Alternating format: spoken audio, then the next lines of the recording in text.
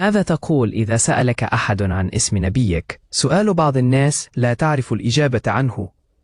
اليوم سوف أقول لك الاسم الذي يجب أن تحفظه مثل اسمك. لن أعطيك اسما طويلا، ولكن يجب عليك على الأقل حفظ هذا الاسم. هو محمد ابن عبد الله، ابن عبد المطلب، ابن هاشم، ابن عبد مناف، ابن قصيين. أما باقي الاسم إذا أردت أن تحفظه كاملا أو للإطلاع عليه فسوف أتركه لك في أول تعليق. مينفعش تبقى مسلم جميل ولا تعلم اسم نبيك.